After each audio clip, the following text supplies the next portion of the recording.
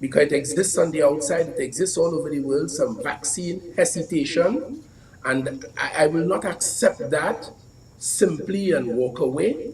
We took the decision, the Minister of Health suggested it, and I accepted it.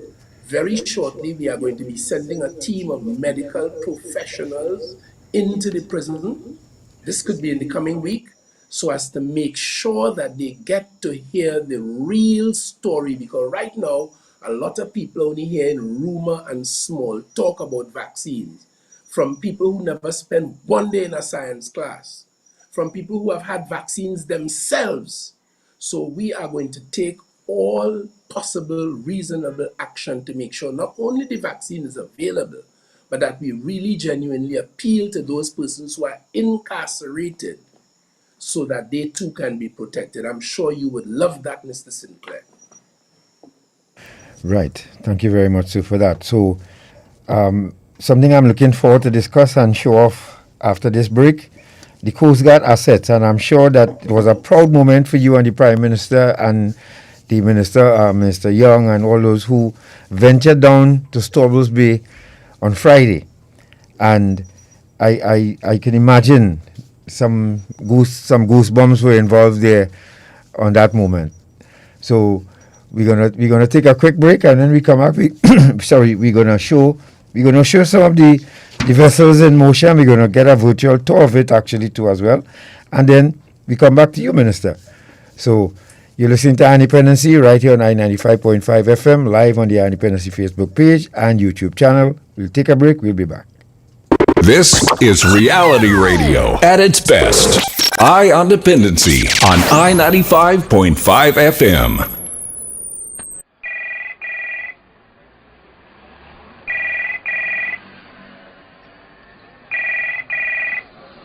Hello.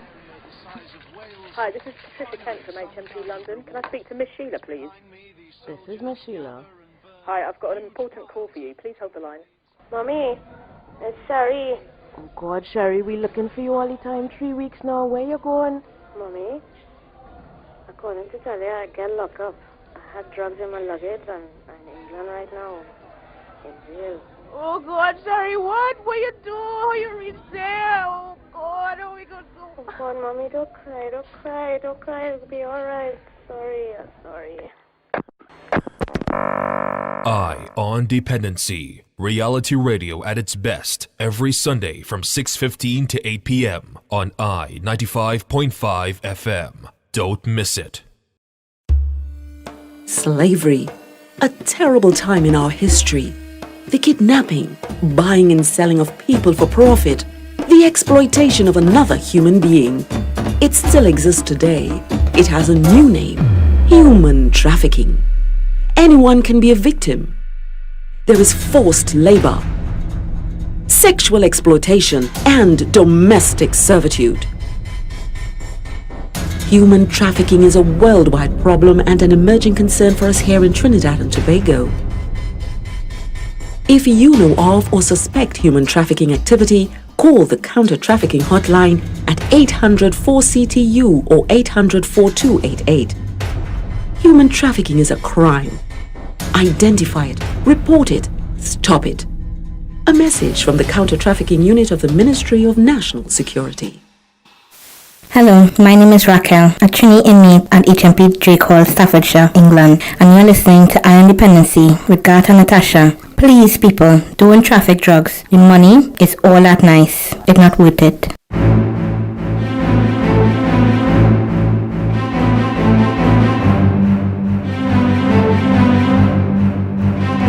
Thank you for staying with us. This is Eye on Dependency, back at our regular time. Start time is 6:15 p.m. Good evening to you. If you're joining us on I-95.5 FM or on our Facebook page or YouTube channel, welcome. Yeah, so we're going to give you, Minister, please, it's our pleasure to actually feature the newly acquired Coast Guard assets. We're going to show 2 short videos on it. The second one will be the PM tours, the PM and that tour of the new vessel, the Coast Guard vessel. So, short man, let's go to that and let's show the people of Trinidad and Tobago what was acquired here by Trinidad and Tobago government.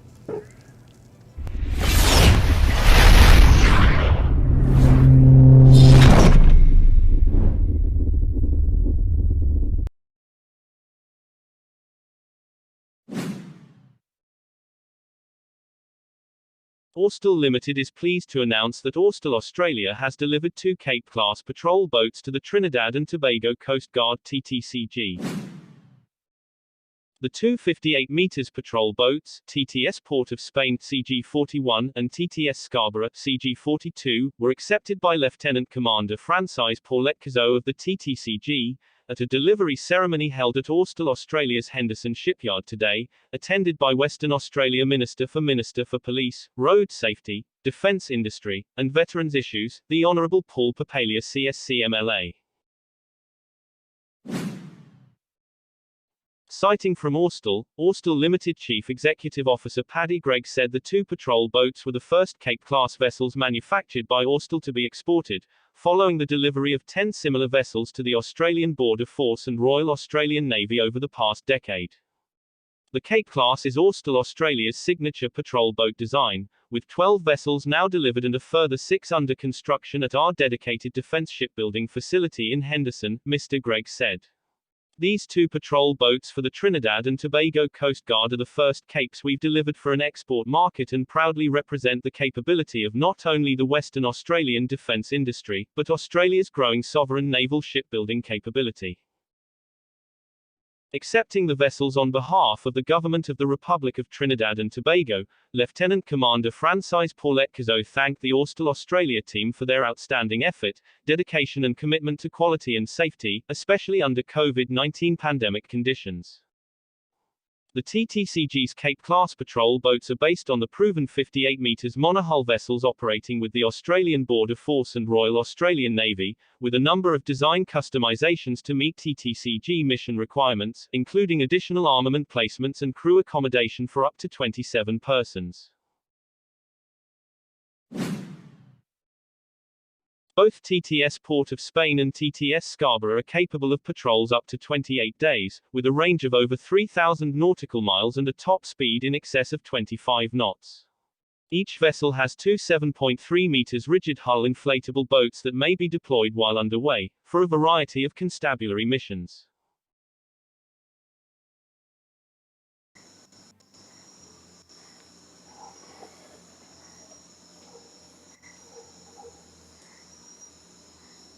Right, so that was the first one. So let's see the PM on the entourage during the tour yesterday of the Coast Guard vessel Astobel. The vessels, the newly acquired assets for the Trinidad and Tobago Coast Guard. Let's see that.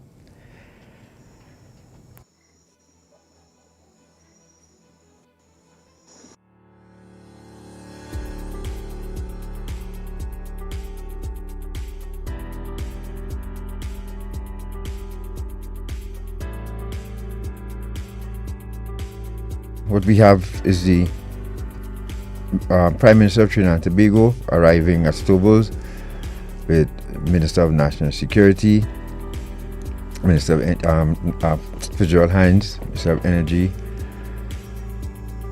and of course, Member of Parliament. He's the Minister in the Office of the Prime Minister as well. Sorry, Mr. Stuart Young, and other officials as they tour. You're getting a virtual tour now of the vessel. And it's really a beautiful piece of work. And the minister will tell us about some of the reconfiguration that had to be done to suit our needs and the needs of the sailors of Trinidad and Tobago and the Trinidad and Tobago Coast Guard. Washing machine and dryer thing is gym. What we see now is a gym there, and the Prime Minister is now touring the engine room of the vessel. What I like about this vessel is that this thing is a little gyro that, you know, instead of the normal wheel hug, the steering wheel on the ship, this is controlled now by a little gyro, a little wheel and a sort of armrest like thing. A controller. Yeah. Game controller. Yeah, it's really, it's really high tech and first class stuff we're looking at here. It's really a nice. This is the bunk area.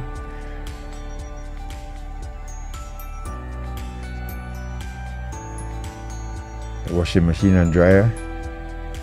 2 washing machine, 2 dryers. Nice gym and so on. Looks good. It really looks good. The engines are huge, boy.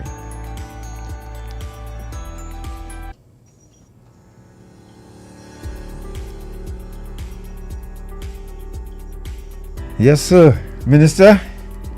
Yes, I'm yes, sure this yes, was a proud. I'm sure this was a proud moment for you and the government of Trinidad and Tobago, and of course the Trinidad and Tobago Coast Guard. Let me just show this to the Minister, and then you can respond.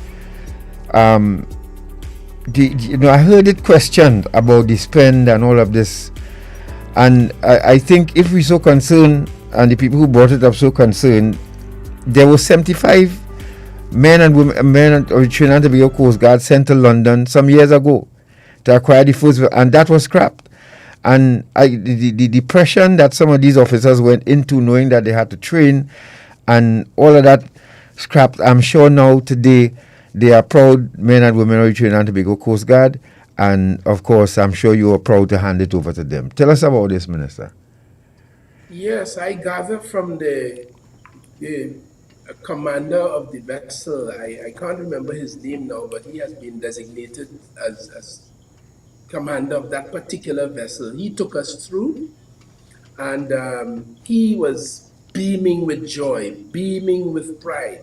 So too was Lieutenant Commander Kazo, who spent the years that the year and a half or so that it took to develop it.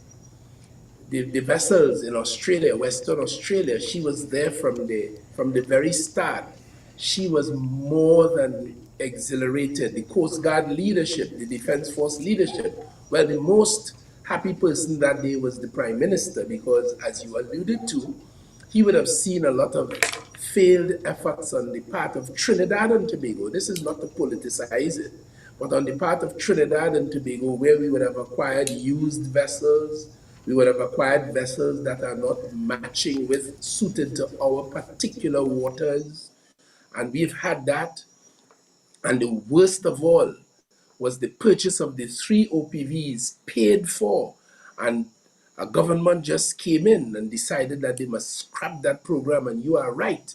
The men and women who went away from their families and spent months in London training and preparing for this big day to operationalize those vessels in the context of Trinidad and Tobago, it was all dashed, and officers have told me how traumatized some of them were as a result. So they were mistrusting, perhaps, when Dr. Rowley and Minister Young visited Australia on other business. They were there to pursue improving our contractual arrangements in oil and gas. So they went down to the boardroom in Australia. And I'll tell you, while there, he would have seen and he would have learned that Australia has similar border management issues from other territories around, as Trinidad and Tobago has with other territories around, including Venezuela. So an idea was born, and that idea became conceptualized, and that concept became a plan, working along with the Australian Prime Minister at the time, Prime Minister Turnbull, who Dr. Rowley speaks fondly of all of the time, and recognizing that unlike in the days when we bought the 3 OPVs, today Trinidad and Tobago cannot as easily afford these very necessary assets to protect our borders from guns and drugs and human trafficking and illegal immigrant incursions and all that it allows itself to, including COVID-19. So these are necessary, but we can't afford them as we used to. So he was able to negotiate with the Prime Minister a financing arrangement with the Australian government, and that was all done.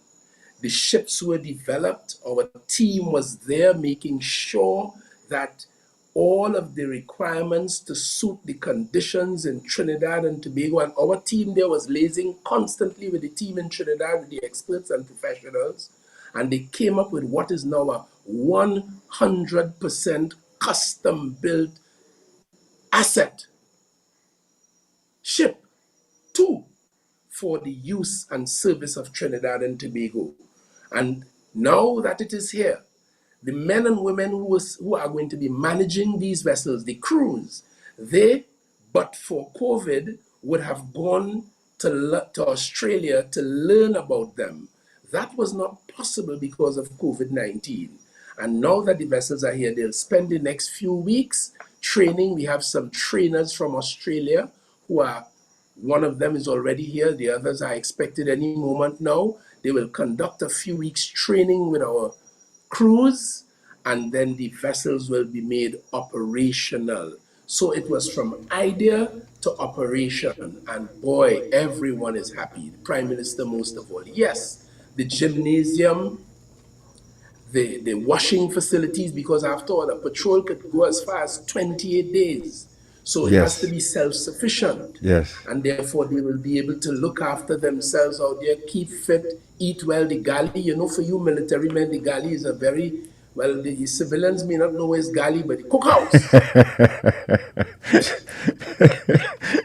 Yes, that's a very important part of the assets. You must have that.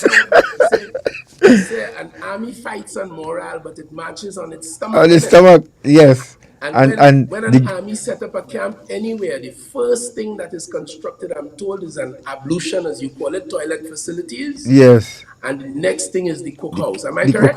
Cookhouse, correct. And I'm seeing the galley on these vessels here sparkling. They really look wonderful. Impeccable. And yes, impeccable. That's right. That's the word. And they really, and you said they can be out there for 28 days. And of course, the maintenance to the crew will of course train our folks. In maintenance, yes, and operations. And the Prime Minister said two important things on that day. He pleaded with them to focus heavily, as they have assured us, on the question of maintenance, so we'll get real value for this money. But most of all, quite apart from these two vessels and the specificity of them, we, as a matter of government policy, we have taken the decision that we want to develop ship repair, not shipbuilding, but ship repair and ship maintenance facilities in Trinidad to deal with some of the vessels that go through the world and pass this way for their service and for their maintenance.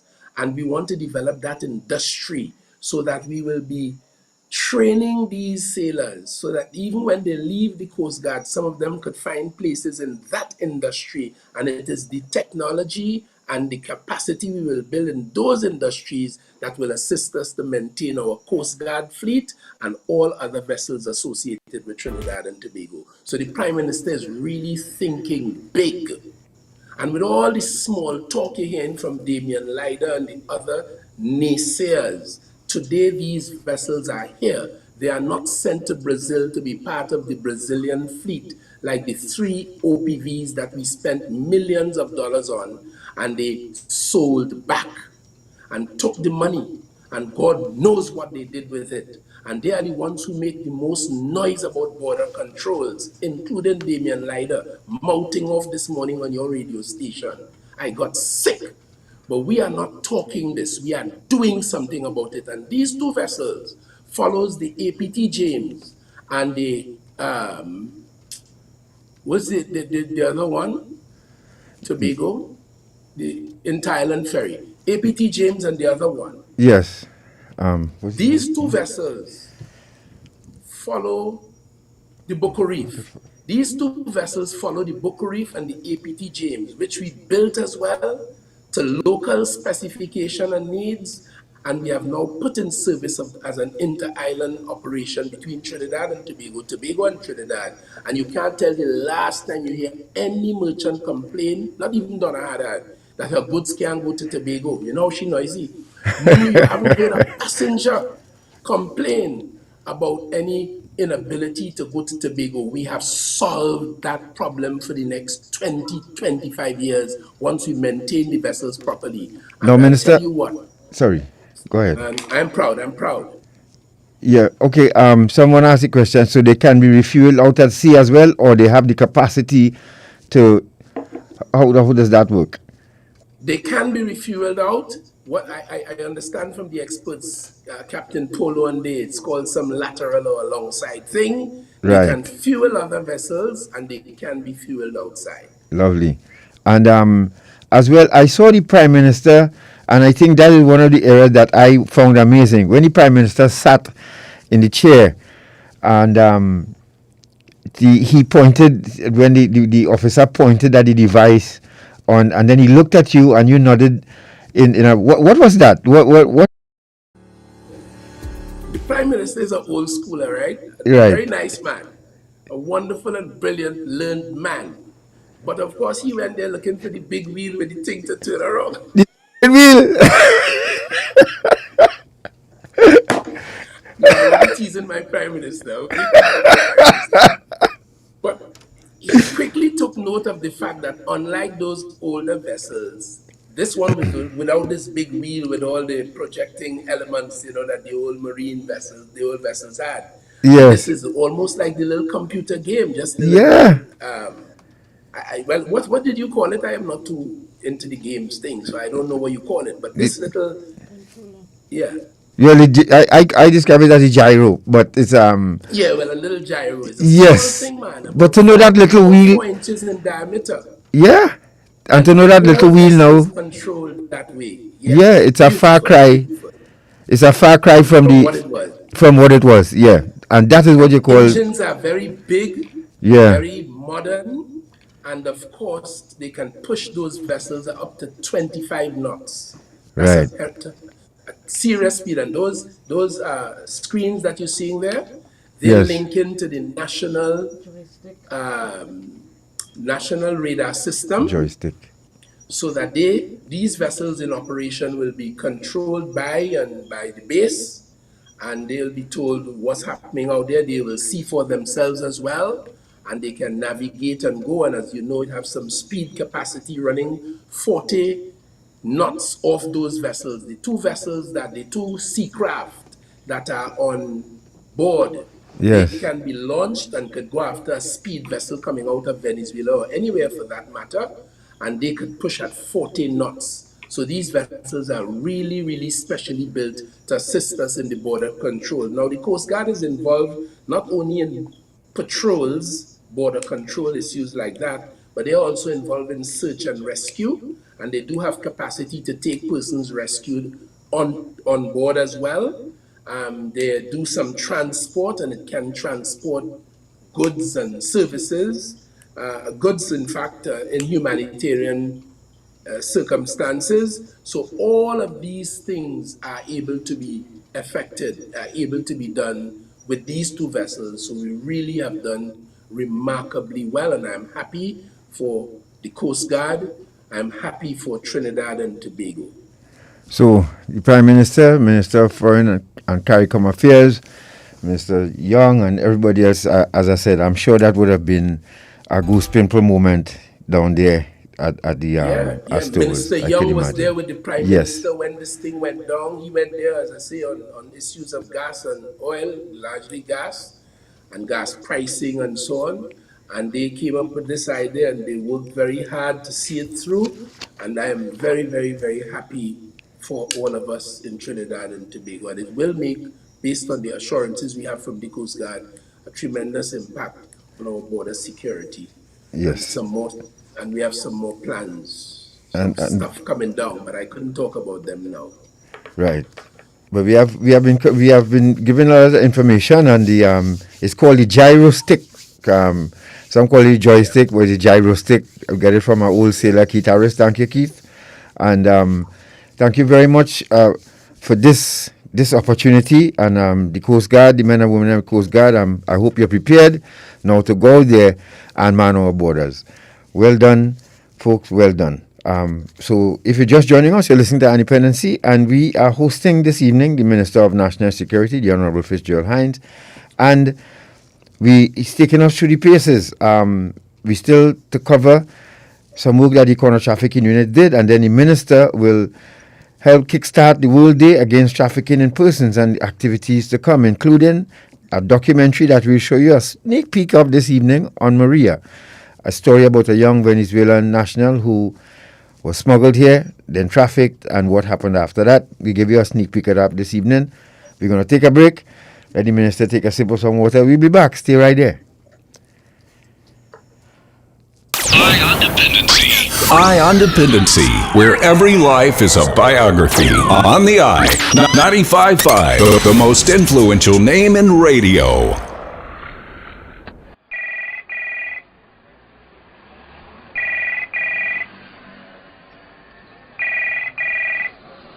Hello. Hi, this is Patricia Kent from HMP London. Can I speak to Miss Sheila, please? This is Miss Sheila. Hi, I've got an important call for you. Please hold the line. Mommy, it's Sherry. Oh, God, Sherry, we looking for you all the time. 3 weeks now. Where you going? Mommy, according to Talia, I get locked up. I had drugs in my luggage and I'm in England right now. In jail. Oh, God, Sherry, what? What you do? How you reach there? Oh, God, how we gonna do? Oh, God, Mommy, don't cry, don't cry, don't cry. It'll be all right. Sorry, I'm sorry. Eye on Dependency. Reality radio at its best every Sunday from 6:15 to 8 p.m. on I 95.5 FM. Don't miss it.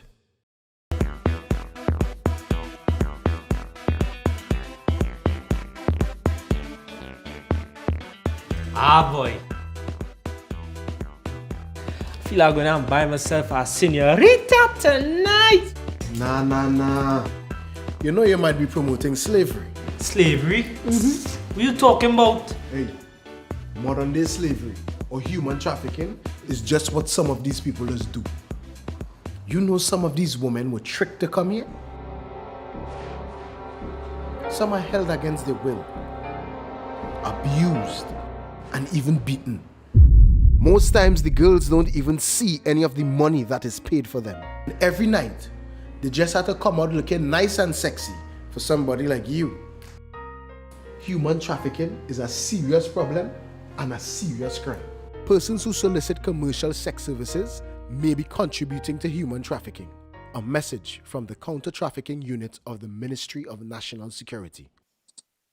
Hi, I'm Danielle and you're listening to Eye on Dependency, where every life is a biography, Trinidad and Tobago. Don't traffic drugs, it's not worth it.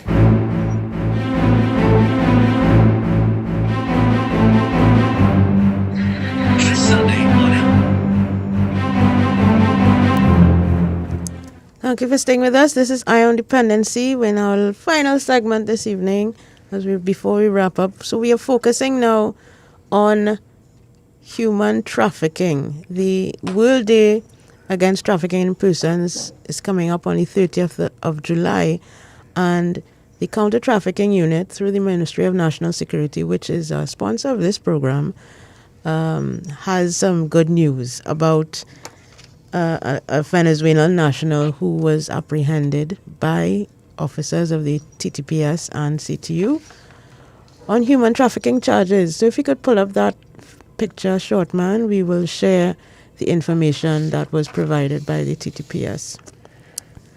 No bail for Venezuelan on human trafficking charges. Venezuelan Ilfrence Alison Ramirez Diaz was remanded into custody on the 16th of July after appearing in court on human trafficking charges.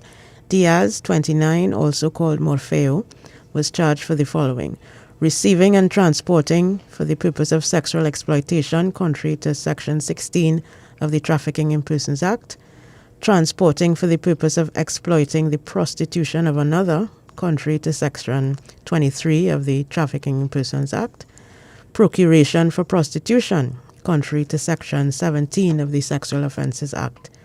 Following information received, an operation was carried out on 12th of July 2021, where a vehicle was intercepted and 2 Venezuelans were arrested.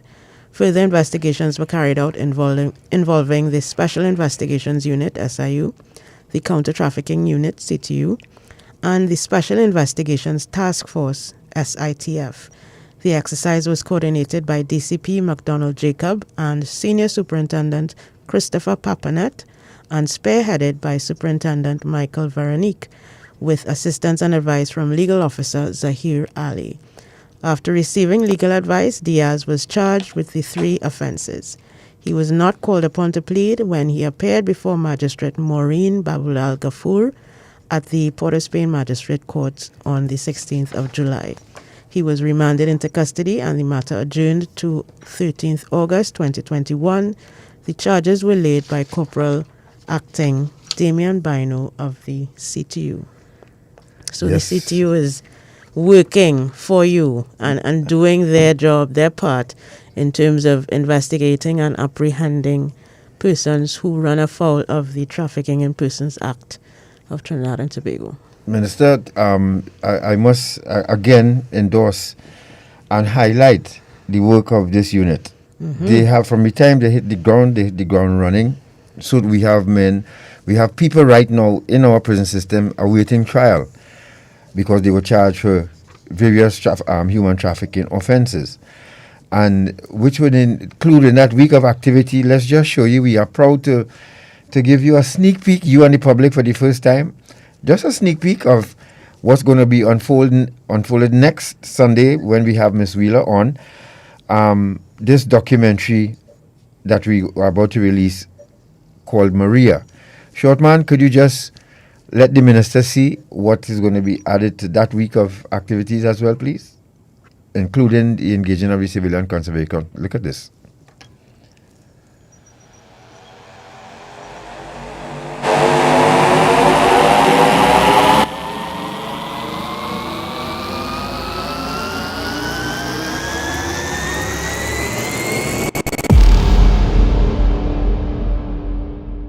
Hello, welcome to this Dependency special interview.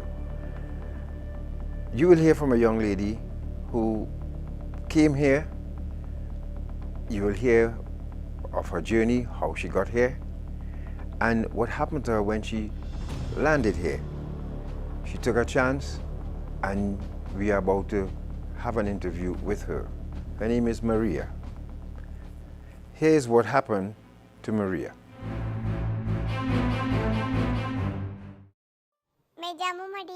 My name is Maria. I'm 18 years old. I am from the central part of Venezuela. And today I come to tell you about my experience in Trinidad and Tobago. Maria, tell us, what was it like growing up in Venezuela? I grew up in Venezuela and I had a beautiful experience.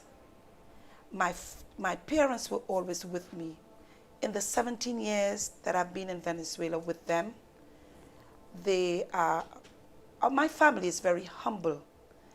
They are workers, and I had a beautiful childhood, always surrounded by my family, by love, and my 3 sisters. Now, Maria, you went to school in Venezuela. Tell us about that. Tell us about your education and what was your journey like with that in Venezuela? Yes, I went to school. I finished high school, was about to go to university in March of this year, 2020. Tell us about your family, Maria. Did you come from a poor family, rich family, middle class family? Tell us about that. Yes, both parents work. Both parents are engineers, and my mom at the moment is studying again, primary education. So you came from a well-off family. You all were happy growing up in Venezuela. You didn't have a care in the world, right? Yes, you can say that. My family has always supported me in anything I wanted to do while I was there, and any obstacle that we would find, we would always try to get over it.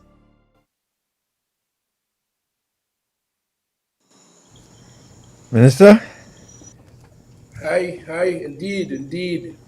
Tell us. Real. Yeah, it's real. Yes. Well, the trafficking unit is within the Ministry of National Security, as you alluded to earlier, and it is a joint force unit between the personnel of the unit and as well immigration and as well the police.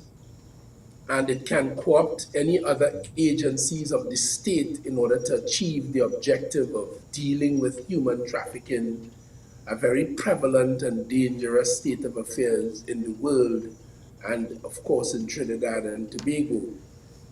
The minister under the Act has the power to designate certain persons who will make themselves available to this unit, and they collaborate with other elements of the police service too, and they carry out this very important work, and indeed they are very active. This has to do with the flesh trade, as it is called. A lot of the pleasures that some people who are so minded enjoy, they do not take into account that the persons who give them that pleasure at the end of the day might be sex slaves having been trafficked. And then I saw an ad earlier today on this program about child labor collaboration between National Security and the Ministry of Labor. All of these things are very possible and in some cases very prevalent in the world, and Trinidad and Tobago not the least. But we are reviewed our performance in counter trafficking is reviewed by our international partners, because this kind of crime naturally involves other states, the states from which the women or the victims come. And it requires collaboration, much like money laundering, and in fact it involves money laundering. It carries elements of the arms trade inside of there too, because crime is a very opportunistic phenomenon, and if a fella is criminal in the living room, chances are he'll be criminal in the dining room too. And therefore, we have to collaborate with others, and it is in that international collaboration that there's a bit of a monitoring on each other. And the US State Department, for an example, as it has relations with Trinidad and Tobago, it is engaged in monitoring our activities in terms of counter trafficking. And we have annual reviews by them, and we got one recently that reflected that we are not doing as well as we should be doing on those standards, and we are determined that we have taken the decision we'll have to work to improving that, because failing to do that has implications for the country in terms of relations with other states in the world, Yes. and support from them, and sharing information, and sharing training facilities and opportunities, and all of that. So we have some work to do, but I agree with you, the unit is very active. I have had several engagements with the unit and the police officers, whether it is Superintendent Pamponet, Superintendent Veronique, and the lawyers and all of that. So we continue to work closely together, because the role of the minister is to provide resources, to provide policy directions to these professionals, and they absolutely are that, and subject matter experts, and to provide encouragement to them. And that work has begun. As I said, I've had a series of meetings with them. We meet again in the coming week as we continue to build up and build up, because this thing is very prevalent. Even when women come voluntarily to your country, they could still find themselves engaged in or as victims of human trafficking, the experts tell me, and therefore it's a very subtle area. But we are on top of it, and we are determined to get the job done and to take ourselves to full compliance on this international ranking system. Yes, the Judiciary Minister, how important is their role too in helping us to get especially to that Tier 1 status on the trafficking in persons watch list? Well, part of the problem we have, other countries' laws are very different. We are a Commonwealth country, we inherit the old common law system, and we have statutes, laws, and we have separation of powers. And the judiciary is separate from the executive. The police is part of the executive, the counter trafficking unit is part of the executive, the immigration is part of the executive as well, but the judiciary is not part of the executive. That's a separate estate in terms of our separation of powers. And we have not any real control over what they do and how they do it. We do have an opportunity to share with them our concerns. We do have an opportunity to support what they are doing as they support us, because the entire criminal justice system runs from executive straight on to the judiciary and back to the executive in terms of the prison service for restoration and rehabilitation. So we work closely with them and we will continue. But part of the problem our international partners have found is that we are not having as many convictions Correct. as they would like to see. Yes. We charge, we have matters in the court system, but we haven't sufficient convictions. One of the concerns they also have expressed to us in writing is that there are serious allegations that elements of the protective services are involved in this. And police officers have been charged for trafficking issues. Yes. And therefore, it is something we have to focus on. So when I told you earlier in this discourse about integrity testing and the need to ensure that our officers in all the arms of national security, not just the police, immigration, customs, prison, fire, everybody have to be integrity solid and integrity tested to prove that they are solid.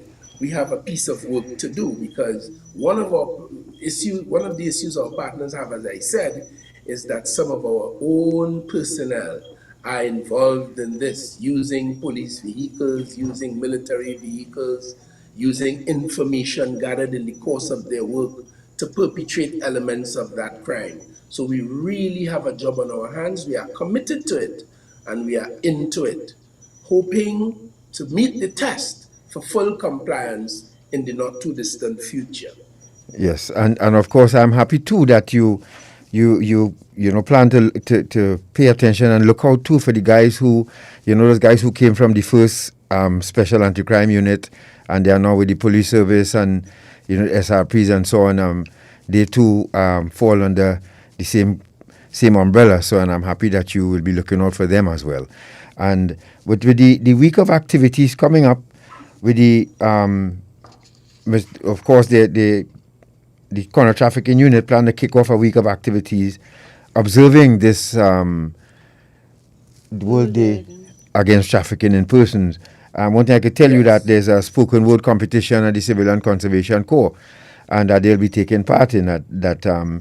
We'll have some trainees coming up with Yes. different pieces, and also the PSAs that the counter trafficking unit, in conjunction with other organizations and ministries, that they plan to release as well too. Very happy to hear that. Very happy to hear that, because the young people of the country, all the citizens of the country, really need to be sensitized to this. A few months ago, I was looking on YouTube and I saw you actually have modern day slavery.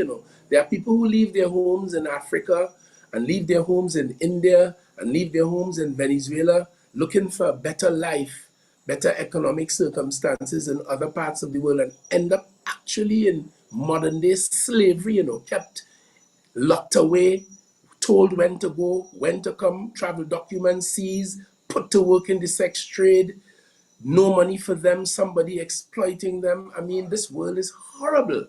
But then the law, the counter-trafficking laws are in place, and we have the unit led by Madam Wheeler. We have the full committed support of the police, of the immigration, of the lawyers inside of the police service.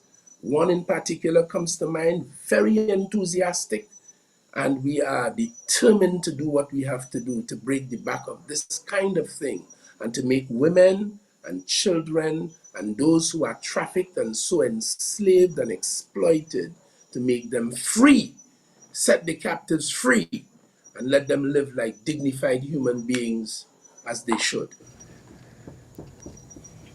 We will now, Minister, if you allow us, take some calls for you. 622-3937, 622-3937 if you wish to pose a question to the minister or make a comment. And you can also, if you're watching us on YouTube or on Facebook, feel free to send your comments and questions there as well. We thank all of you for sharing your comments and questions on YouTube and Facebook. We really appreciate it. And thank you for your continued support. 622-3937. Good evening. Hello, good evening. Good evening. My question is to Minister Hinds. I wonder if Minister Hinds was conscious of what he just said to the national community, that there are individuals involved in the area of, national security, I say, who use their position as miscreants and get involved in all of the different things that they're not supposed to get involved in. Is that what you said, Minister Hinds? Would to that effect? Yes.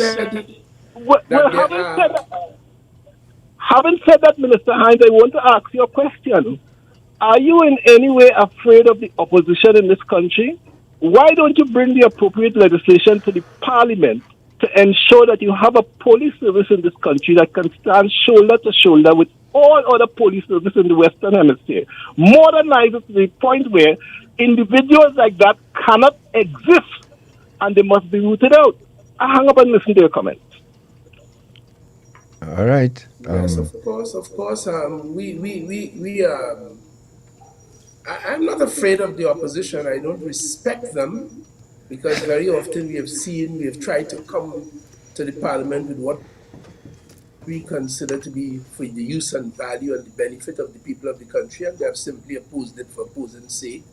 But Sure, man, we just lost some communication there. I don't know what happened. Oh gosh, we unfortunately lost the minister on his video stream, but bear with us, we will try to get him back. 622-3937. In the meantime, we take another call. Yep. Hello, good evening. Good evening, God. Good evening, Natasha. Good evening to the listeners. Good evening. I am happy the time have come back as usual. Okay. And I have to congratulate you. I don't miss your program unless I am out. I would like to ask the minister that since now the borders are open and a lot of people can come in, is there any restriction from any other country to come to our country now the borders are open? Because, people could not travel to go to different countries. And you may go to a country and meet someone or within your family circle, like my daughter lives in Los Angeles. I haven't seen her for a while. So if it is, you meet people there, and if the borders are open now, is there any restriction from any other country to come in our country? Thank you ever so much. Thank you. Minister, you heard that? Did you get me back online now? Hello? Audio. Shortman, we're not having audio from the minister. I don't know why. But I think to answer the question for the... Minister, you want to try again? Yes, are you hearing me now? Yes. Yes, we're hearing you now. Right. No, as far as I'm aware, in the expression of our policy, there's no restriction on any country. We have visa requirements like all other countries do. And once you meet the standards set out for a visa, then you get one. And there are some people who are allowed to come with visa exemptions. There are some people who are allowed to come in other countries without visas. So there's no country that is debarred from sending people to Trinidad and Tobago. No. Hello, thank you, Minister. Hello, good evening. Good afternoon, guys. Good afternoon, Natasha. This is Toronto here going. Good afternoon. Right, Toronto, good evening. The Right Honorable Minister of National Security, Mr. Fitzgerald Hinds. Good afternoon, sir. And to you, good afternoon, sir. Yeah. I have two questions. One is, when police officers or any military officers die in line of duty, right? A lot of officers lost their life from COVID. Are they included in getting the $1 million, like, because they are dying in line of duty, right? And they're out there.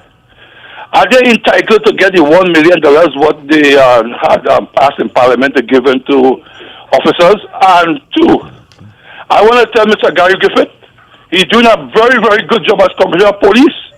When he be elected as to run the TTPS, he had everything in plan, and he had everything everything good to that organization. He had everything in order. So I will say congratulations to him, and I hope he been reinstated as Commissioner of Police. That's my two questions. So I'm going to bless you guys.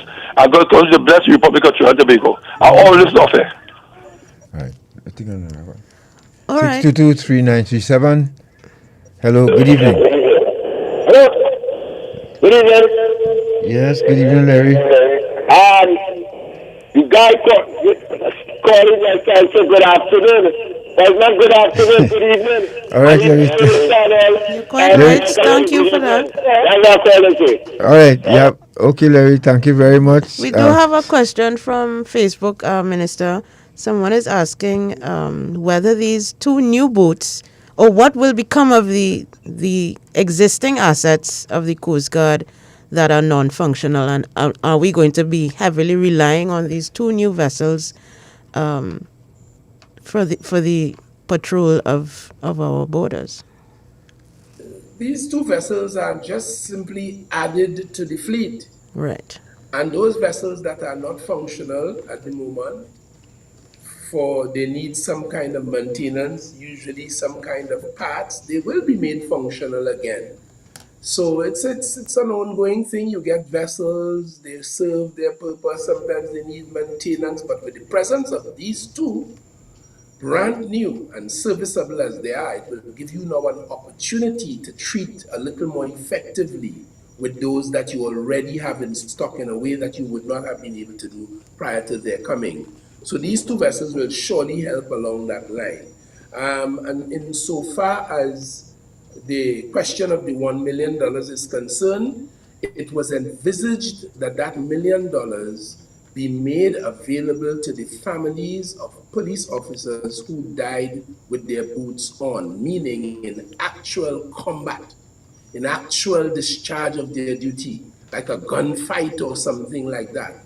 This does not apply to the police officer who might even be serving and die from a heart attack or from COVID-19. I have heard the request and the implied suggestion that they should get that, but COVID-19 is a little different. You don't know when he got it, you don't know where, you don't know in what circumstances, and it certainly is not about in the line of active combat duty that led to his death.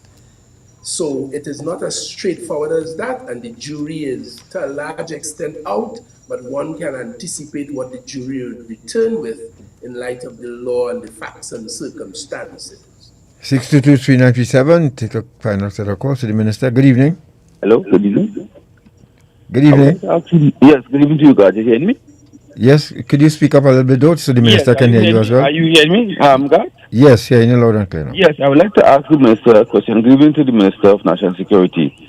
How long can a non-national work in this country without a valid work permit? I am asking this question because I had some interaction with people from the India Expo, and they have been working in this country for weeks, months, and years without a valid work permit. So I don't know if the Minister can share some light on this. Please, thank you. I will listen off here. You have proof. Let's take the next call and give the Minister some time to ingest that. I think that's a question for immigration.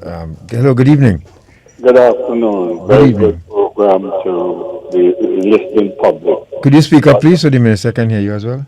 Yeah, and the listening public, I'm concerned about this. Sorry about that. Sorry about that. Hello, good evening. Good evening. Yeah, good evening. And good evening to the Minister. My question is to the Minister, seeing that we have these two new vessels added to the existing fleet that we have, was there a plan? Is there a plan in motion, or is there some form of a talk and play that would ask the Guardian National to collaborate with our own Coast Guard here to guard these borders? Is there such an arrangement in place, or or some kind of accommodation, seeing that we better equipped now on that end? Is there something happening or could be happening that would help us secure our borders? Because their borders, our borders, is almost just one imaginary line separating it. So, let's see if we have some kind of communication happening there, if it's true. Thank you. The short answer is yes. We do collaborate with them because of the commonality of our circumstance and space. Yes, we do collaborate with them. Right. So, Minister, well, before we close, I would like to make a sincere wish. One, for the units especially, and for the CTU. There's a dream of mine, and of course, when we do the series Sarah with them, and we highlight them in put them on the front burner, so to speak. But what I would like to see, how the DEA, the FBI, and all of these units have their identifiable jackets, and I know the CTU has a logo, but what I would like to see them have is that extra with the CTU in bold on the black, like a blue jacket, and with the CTU written on the back, just like stamped on the back, just like the FBI and DEA and all of these. I would like to see them all fitted like that. Trust me. I don't know why. I just have that dream to see them in that regalia, and I know once you get a good plan for it, I'm sure you're going to make that happen. And the SRPs, of course, there were some soldiers and sailors and stuff who went across to the police service, and they too they've been filtered in, and they too have been doing some good work too as well. And I would like to see too that they get sorted out in the matters that's before you right now. So, Minister, any closing remarks and any wishes going forward for you and yourself, the ministry, and of course the people of Trinidad and Tobago?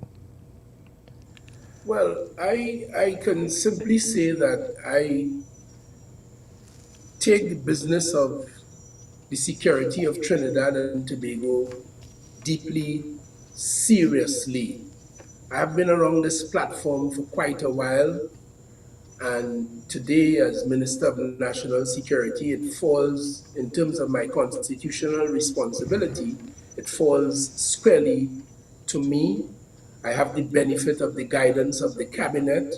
I have the benefit of the guidance of a very experienced Prime Minister and leader, chairman of the cabinet, chairman of the National Security Council, who I have estimated to be an expert on all aspects of government policy and benefit very, very liberally from his thoughts and from that of the National Security Council and from the cabinet. We have put many of the laws in place, and now it is to make sure, as I said, that we professionalize, we train, we equip, and we stimulate, we motivate those who are paid and sworn to protect the people of Trinidad and Tobago.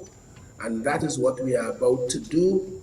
The leaders of the various elements of national security, we are in constant contact with each other. They understand very clearly what the government's mandate, the government's policy is, and we understand what their challenges are. And part of my responsibility is to resolve those challenges so that their operations could be smoother and more efficient, leading to better safety and security and delivery of the national security product for Trinidad and Tobago. It is not altogether easy. It is fraught with all kinds of issues, but it is not insurmountable. The vision is clear, the work program is clear, and we are on the job. We call on the citizens of Trinidad and Tobago to don't be too timorous, to don't be too blasé and selfish, but to support the work of the law enforcement, to support the work of national security, because we provide a very public service in everybody's interest, and what goes around in this business comes around. So the gun that you turn a blind eye on in your neighborhood, or the cocaine that is being sold in your neighborhood, or the woman that is being abused in your neighborhood, and you say nothing or scoff at it and sometimes even laugh, and sometimes even say good for she, ends up in a murder, a blemish to the family, a loss to all of us, trauma. So we call on the citizens of Trinidad and Tobago to cooperate with us. We call on the elements of national security to deserve the respect, act in such a manner that you earn and deserve the respect of the citizenry. They will support you. And we call on the citizens to provide that support. Together, we can work to make Trinidad and Tobago a safer and a better place. I would like to thank you and Natasha and your background staff, including Shortman, for inviting me and to bringing to a conclusion what I consider to have been a very useful program. You will notice I haven't been too forthcoming in public because there's work to be done. Talk, don't fix it. It's work. And we're doing the work. I accepted your invitation, and for good reason. And I'm quite happy that I have come. Thank you very much. All the very best. And thank you, sir. And we're happy that you've come to, Minister, and we want to wish you. We know, I mean, you outlined the number of agencies under national security, so we know that it's not an easy ministry, as somebody described it as the beast of ministries. And we really want to, on behalf of Natasha and I, and the troops that you command, we wish you all the best going forward, and to put us in a better place than we're in right now going forward. We thank you once again. You take care, keep good, and to you and the staff of the Ministry of National Security, all the best. Thank you very much. God bless. God bless. Take care. And to you folks out there, thank you very much. Shortman, you worked overtime today, boy. And thank you very much for your effort. And remember, spread the word around. I know a lot of you didn't know we were back here this on 6:15, but we are back 6:15 every Sunday. We'll be right here to continue to educate you. Remember, look out for the week of activities from the Counter Trafficking Unit and other agencies. And we'll be here with that very special documentary, among other things, next Sunday, God's willing, with the Counter Trafficking Unit to culminate the week of activities. Yes. Tasha? Yes, we're very excited about the upcoming day and how we are working to commemorate it. Hopefully, continue to raise awareness about the crime of human trafficking in Trinidad and Tobago. Yes. Thank you, folks. Have a good week. Have a good week. Good night. Be safe. Good night.